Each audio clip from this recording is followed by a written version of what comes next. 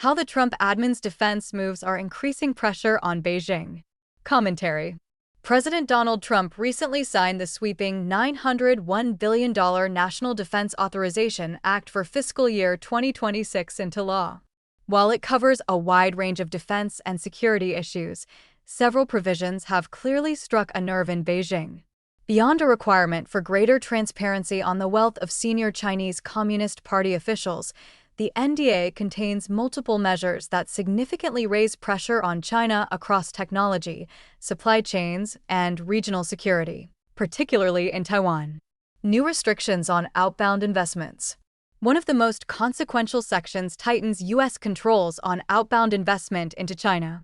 The NDA codified restrictions on U.S. outbound investment. From artificial intelligence and quantum computing to advanced semiconductors and biotechnology, the NDA establishes an expansive framework for outbound investment reviews. Under the new framework, U.S. companies and investors must report transactions that support certain high-risk technologies in China or other countries of concern. The Treasury Department is also granted new authority to directly block such deals. Top law firm Latham & Watkins LLP described the new provisions as a reflection of current bipartisan support in Congress for outbound investment screening on national security grounds. The NDA also moves to further strengthen U.S. supply chains. It prohibits the Pentagon and intelligence agencies from contracting with Chinese genetic sequencing and biotechnology companies linked to China's military or security services. The act restricts the War Department from sourcing advanced batteries, solar components, computer displays, and critical minerals from designated foreign entities.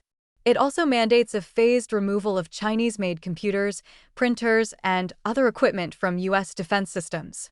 NDA's provisions on Taiwan. Taiwan features prominently throughout the NDA. The law authorizes up to $1 billion for the Taiwan Security Cooperation Initiative, an all-time high.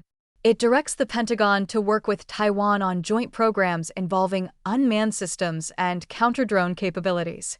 The act permits continued joint military training between the United States, Taiwan, and regional partners in response to Beijing's malign influence operations. The act also calls for expanded U.S. Taiwan Coast Guard cooperation and allows the deployment of U.S. military personnel to Taiwan to strengthen maritime security, enhance law enforcement coordination, and deter aggression. Notably, Washington has additional tools in reserve. More hardline proposals, such as the GAIN AI Act and the Safe Research Act, which would further restrict hostile access to U.S. capital, research, and expertise, were not included in the NDA. Even without them, however, the measures are already a substantial blow to Beijing.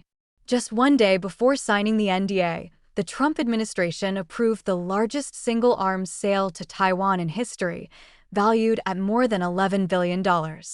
The amount exceeds the $8.4 billion in arms sales approved during the Biden administration and amounts to more than half of the $18.3 billion in sales authorized during Trump's first term. 3 objectives of the arms sale to Taiwan. First, the move directly challenges 2 pillars of the CCP's psychological and information warfare: the notion that the United States is an unreliable partner and the claim that a conflict over Taiwan would be determined by a single, decisive strike. The scale of U.S. support sends a clear signal that Washington remains firmly committed to Taiwan's self-defense and that the island's military capabilities should not be underestimated. Second, the arms sale reinforces U.S. alignment with Japan.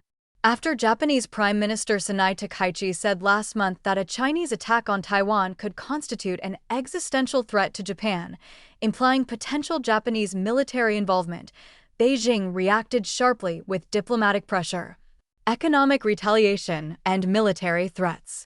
While Japanese leaders have long acknowledged that a Taiwan contingency is a Japan contingency, Beijing has been unwilling to tolerate such statements being made openly. By approving an unprecedented arms package for Taiwan, Trump underscored the U.S. Japan alliance and signaled that Washington stands firmly with its regional allies. Third, the move serves as a warning to Beijing not to misread U.S. policy through the lens of the Russia-Ukraine war. While Trump has pursued mediation efforts that could be seen as favorable to Moscow, the underlying objective is to end the conflict so the United States can focus its strategic resources on countering China.